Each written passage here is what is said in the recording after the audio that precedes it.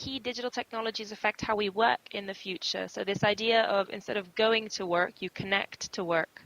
And do you think that the workforce of tomorrow, meaning those who are working now and will still be working in the future, as well as the generations yet to come, do you think that this workforce is going to be ready for these changes? Are we doing the right things now to prepare us for the future? If there's one thing we're very bad at, it's actually getting people and societies ready for technological change. What we actually do is launch technology and then suffer the consequences. So I think we can chart a series of things that are going to occur. First of all, employment as we know it is going to disappear. I meet more and more people who don't actually want a job. What they want to do is they want to take on tasks, fix, solve, do the tasks and get paid for it, and then move on to something different. Yeah. That is a model that is growing. It's most likely the model that we will see as we get to 2050. And the number of people who are being employed, as we understand it today, I think is going to head towards zero really very, very quickly.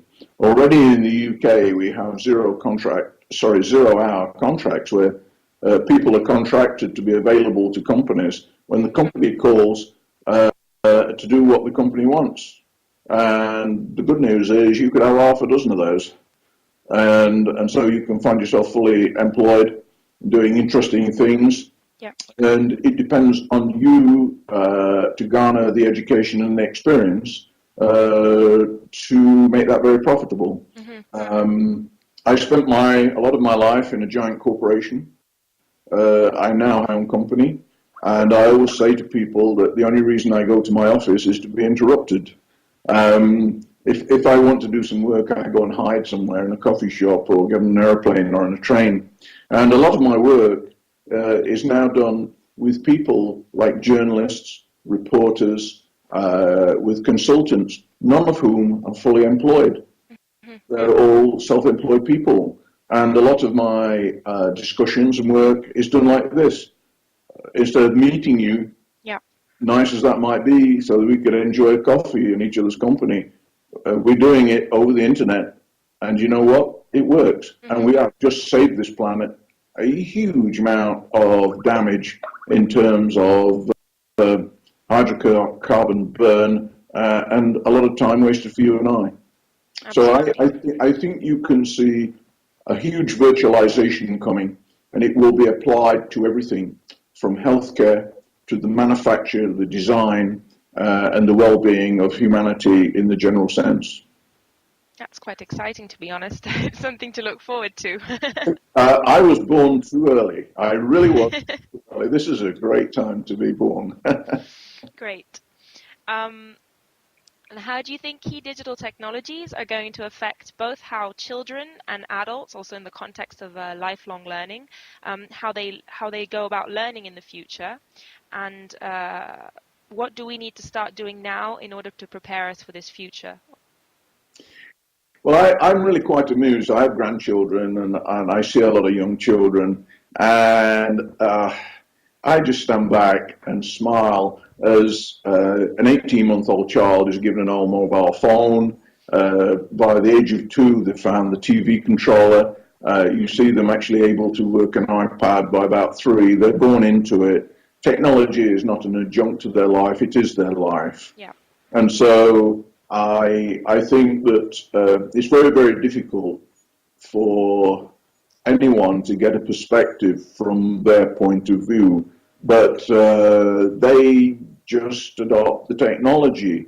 Now, when I look at the education system, it was carved out of the Industrial Revolution because the Industrial Revolution needed people who could read and write, do basic arithmetic, have a little bit of an idea of geography.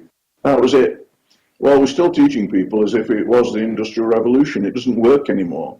Now we have these massive degree courses being taught by the world's leading professors on topics where there are 1 million students, where the students are adjudicating each other, where tutorials are being organized by the students, where the learning process has become a social activity, where the split between life, entertainment, work, education, training, earning money. It's just become fussy. I find myself looking for tutorials online. I find videos, I find papers, I find PowerPoint slide sets. I just go get them. All my material is online. Everything I write is up online. My lectures are up online. I give them away. Why wouldn't I? It's just an obvious thing that's going to happen. So I think you can see very, very easily where this is all leading. And you know what? With what I would call Google Data's Mark 25, it would be very easy for me to stand inside your head, looking out through more or less your eyes, talking to you and helping you fix a problem on a jet turbine or on a PC or some surgery. And here's the shocking news. I first did that 15 years ago. So it's not a question of can it be done, it has already been done. It's now a question of when will it be acceptable to the professionals and the people at large. Do you want a second doctor or a second-rate surgeon operating on you, or would you like the world's best from New York online on a virtual surgeon helping you out of your problems? Those are the things people will balk at, and those are the things that are going to happen. Great. And the final question. Gamification and social technologies may be seen as a way of increasing participation in certain processes. I mean, from decision-making in government to testing products ideas in the industry. How do you think this will evolve in the future?